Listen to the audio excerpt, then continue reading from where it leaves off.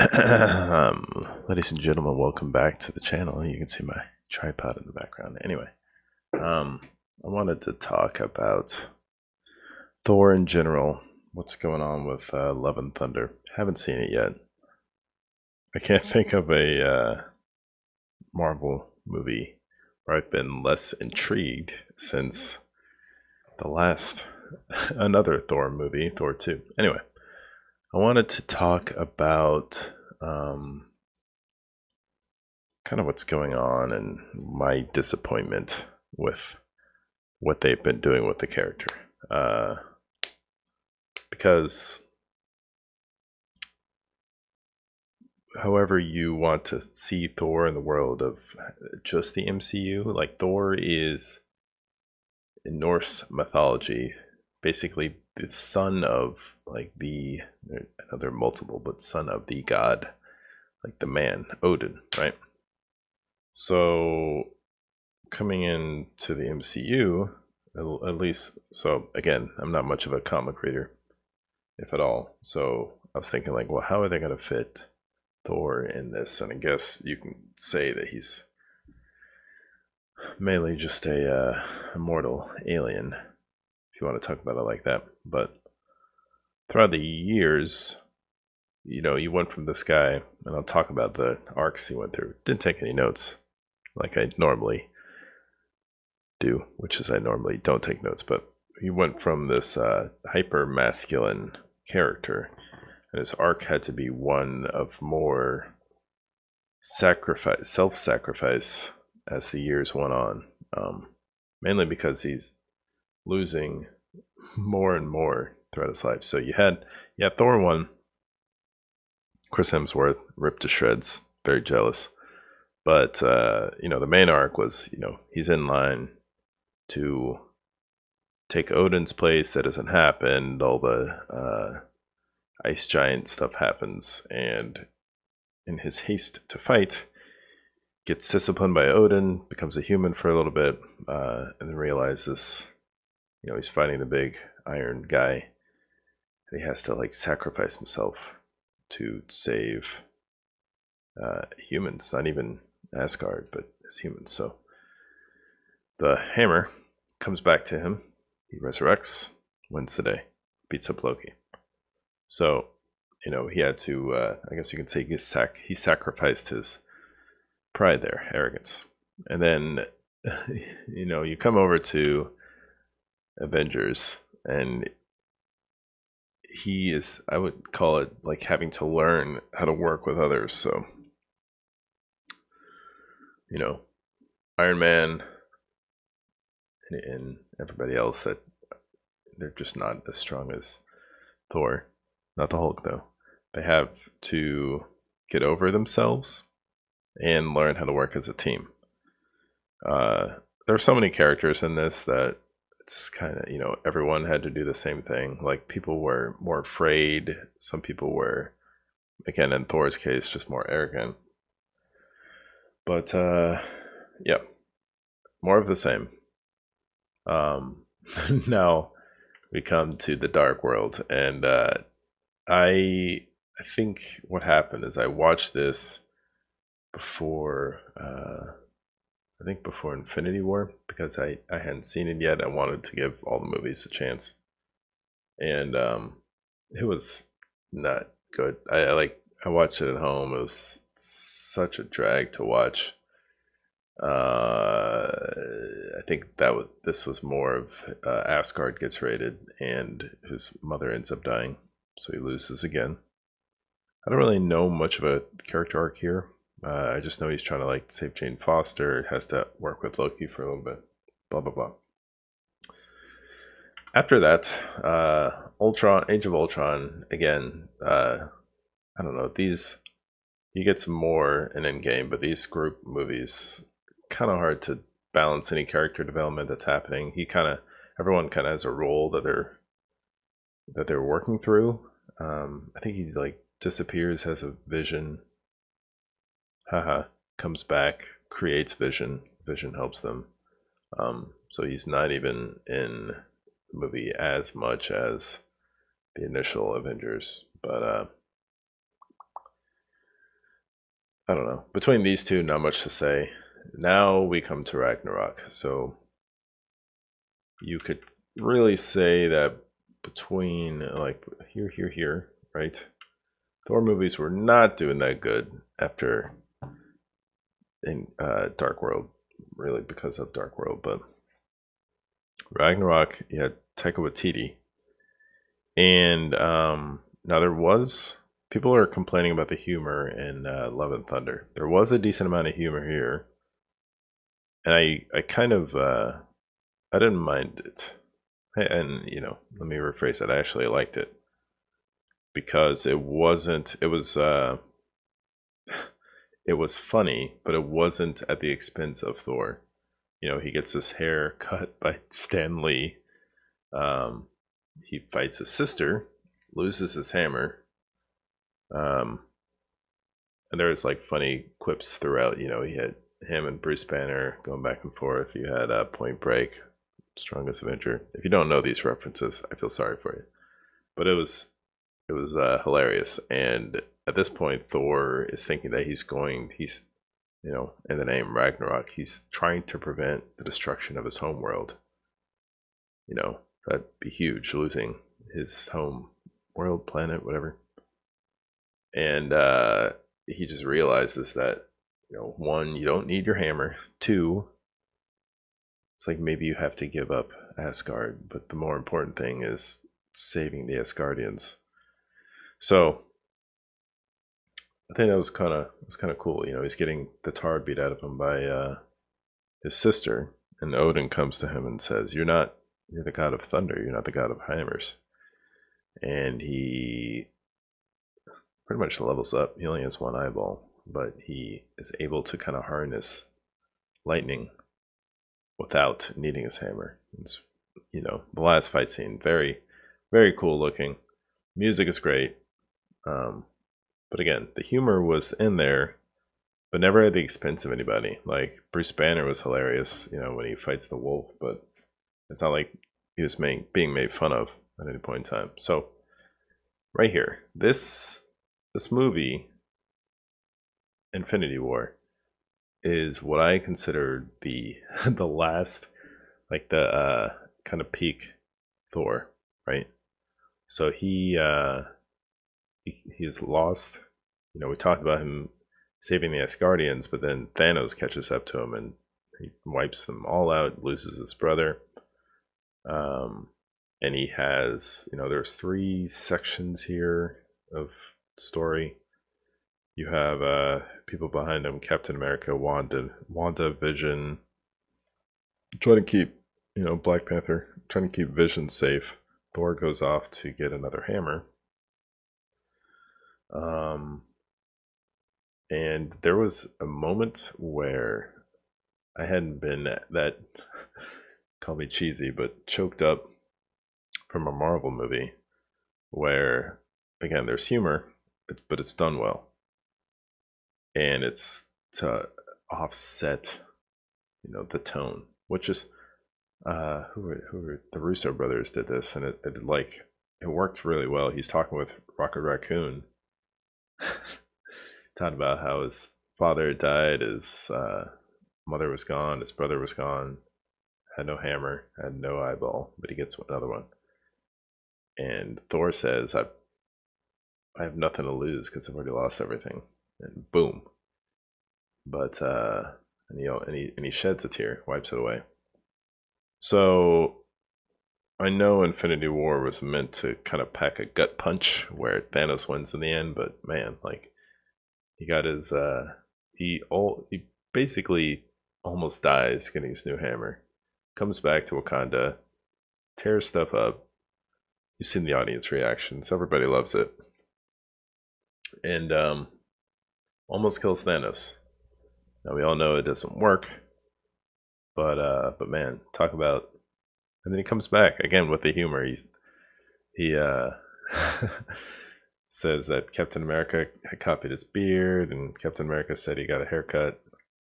It was great. It was all great. So this is the point where it went downhill. So we go to Endgame, and he kills the current timeline Thanos, but he goes through depression, which everyone, he becomes this. And I remember watching this, and it was good for the shock, but the running gags that kept going on was just like it was like let it go, let it go. We get Big Lebowski jokes. Your blood type is Cheese Whiz. He gets a panic attack when he goes back in time to the Dark World era and steals Mjolnir there, which I don't know what would happen if he actually kept it, but um, and there even comes a moment where he's like, give me the gauntlet and I'll do the snap," which is like, well, yeah, that should work. He's like 1,000 something years old, and then the Hulk takes it. I'm just like, well, which one would have been better? So he had a chance to redeem himself there, but nope. And it was just, this is when the humor became at the expense of the character. People were saying, well, he's just coping with depression. To which I say, this is a comic book character that people are supposed to look up to. Do not, do not, do not try to put him in our shoes. There's a reason why they're called superheroes. They're this unattainable figurehead that you want to aspire to. I don't want comics about I don't know, me. Like, you don't want something to look up to that's already what you are, just to make you feel better about yourself because you have nothing to push you. Yeah, I mean, it's just like, come on, he's playing Xbox, and now the whole coping stuff, I could understand up to a point, but as soon as you get to the point where he understands that, well, we can fix this, like get it together, man. Of all people that have been alive for so long, you're telling me that because for 5 years you lost, I don't know, you could argue the size of the drama, but for 5 years you've lost, and that completely wipes you out. And he's not even like going around helping Steve Rogers or Natasha. Like, do something, man. Like, what? Like, being told that he's coping with depression. You're writing. It's the same thing with Obi-Wan. If you have to write the story for other people so they understand it, that means the original story was not good enough. Like, explain this to me, Russo brothers. Explain this nonsense. And there were moments, which is funny because Thor, Tony Stark, and Steve Rogers, they have moments where they went back in time. And Steve saw Peggy, and Iron Man met his father, and that was those are supposed to be, like, I don't know. I feel like Tony got closure there, which we kind of forgotten he even needed. Seeing the vulnerability of his father and how afraid he was to have a child himself, that was ended up being Tony. And then I don't really know about this, but Steve Rogers kind of wanting to stay in the past with Peggy.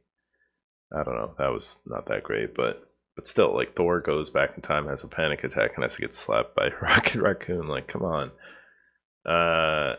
And so when the final battle happened, when this happened, I had, for Thor, no emotional engagement.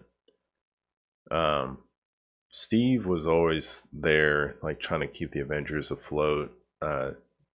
Tony was of the mindset, like, we lost, and if we do this, there's a chance that, which doesn't make any sense. He doesn't want to lose his daughter. But he ends up losing, he ends up dying himself for it. And then you had Thor, and it's like he he went from kind of being all like antsy for the snap to undo the snap, and then he gets his like wits about him and like gets this cool little power up thing, and I'm just like, what? Okay, that's kind of cool looking, but now it's like way too late. Doesn't even have that big a contribution in the final. I mean, he's in there, but like he has no defining moment. Like, Tony had the snap. Steve had the iconic standoff with Thanos when everyone else comes in, and Thor just he yells excitedly when Steve says Avengers assemble. So the movie ends, and just know they're setting up more stuff. He like shakes hands with Valkyrie, and it's like, okay, well, Valkyrie's taking over. I don't know what Thor's gonna do. Just leave him alone at this point. And then he goes off with the Guardians of the Galaxy, and I'm just like, and more like dumb humor, whereas he's like, yeah, you're the leader. Yeah, yeah, sure. I'm just like, are you confident or are you dumb? Like, what? Like, where were you in this movie? I don't know. And then, yeah. So that the ending at that point, I'm just like, just leave Thor alone. And then you have all the announcements for Thor: Love and Thunder, which I don't understand. I don't know why Jane Foster would also be called Thor. Thor's his name. People have said Thor is a title. I don't know, but for me, don't I shouldn't need Norse mythology to explain that. I'm just like, well, there's Thor. For the person that has only seen the movies, has a cursory idea of the comics, to me that's a Thor. Someone else comes in, oh, I'm sorry, that's his name. Then I'm sorry. I forgot about this. I don't think I've done a what if review, but like this episode with Thor, it was what if Thor was an only child? And I thought there wouldn't have been Loki, but there was Loki in this, but he was I think he stayed with the ice giants and became a giant. But Thor, to anyone that's an only child out there, you should be offended because Thor was like arrogant and selfish and entitled, spoiled, and he fought well, but he was just dumb. Like, and again, Chris Hemsworth's in there. Like, why is being an only child? Like, why are you making Thor so stupid? I can't think of any other word, but why is he being made such a mockery of? Like, no, I like they haven't even done this with any other original character. You know, I feel like Captain America and Tony Stark got out in time, but even I thought I didn't know if I was gonna like Hawkeye, and I actually liked that, and they kept the character. He was like very calm, very reserved, very much agent of Shield. Uh, and Black Widow wasn't that great, but still. And then you have Shield coming out, and it just looks like Bruce Banner is the same. But why did why did Thor do this like 180? Like he went from like confident, arrogant to now he's just like cocky and like really just stupid. Like why? Like what you know, argue all you want that these characters are fake, but people normally, especially kids, need something to look up to. They're going to look up to something. Don't tell me that, well, it's all fake and it doesn't matter. Like what do you think? I mean, athletes, you have people in business, you have people in movies, and you have comics. So, think back to your childhood or video games. You would probably have something, someone you character you look up to. And what's wrong with that?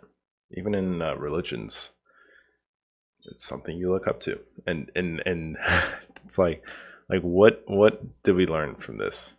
Let me rephrase that. What are you going to learn from this kind of character? Huh? What? Like, you might as well just tell, like, I don't even know the arc anymore of what's left. Love and Thunder's out there, but like what's out there? Yes, a fight to save other gods again, fight Gore, and then get with Jane Foster again. Like what? So this episode was kind of lame. It's kind of okay because he's getting the best of everybody, but then he's like so terribly afraid of his own mother. And he just reminds me of like a middle school kid. And it was just it's funny because this was the episode that almost made me give up on What If. But then the next two episodes were just for fighting Ultron, which he actually inhabited the body of Vision. But you had episodes in this entire series that were hit or miss, and this was the biggest miss in my opinion. Not even my opinion. That's a fact. Anyway, now Love and Thunder. I had interest in seeing No Way Home. Never got a chance to. Made a point to get it on Amazon. I bought that sucker. I enjoyed it. I waited for Multiverse of Madness because it was kind of lukewarm. I saw it on Disney Plus. It was very lukewarm. So we'll talk about that later. But man, this Love and Thunder, you can say whatever you want about what happens. I don't really care that Jane gets powers. I don't care about the Valkyrie. I heard Christian Bale is good in it, and I don't really understand the point of the Guardians of the Galaxy, but like what are you doing to Thor? Like at this point, like what are positive aspects that someone could look up to in this character? Tell me that. Because I am so disappointed. People, if anyone out there wants to mock, oh, they're fake. Your Luke Skywalkers, your Obi-Wan Kenobis. You just never want to meet your heroes, man. Well, let me tell you something. They're heroes for a reason. They're fake, probably 99.99% of the time. Well, I don't know. Who else would you look up to? Actors, athletes again. These people are fake. That's fine. You know why? Because for the rest of your life, you will work hard to be a better person because of X, Y, Z. It can be someone in real life. It can be a celebrity. It can be someone fake. But as long as you're like being productive and active, it's what works. So, especially as a child, kid, teenager, adolescent, adult, still infatuated with comic book stuff, why remove any sort of positive influence? Just to jokingly be like, oh yeah, there he is, he's just like us. Oh, you never want to meet your heroes. Luke Skywalker would kill his own nephew.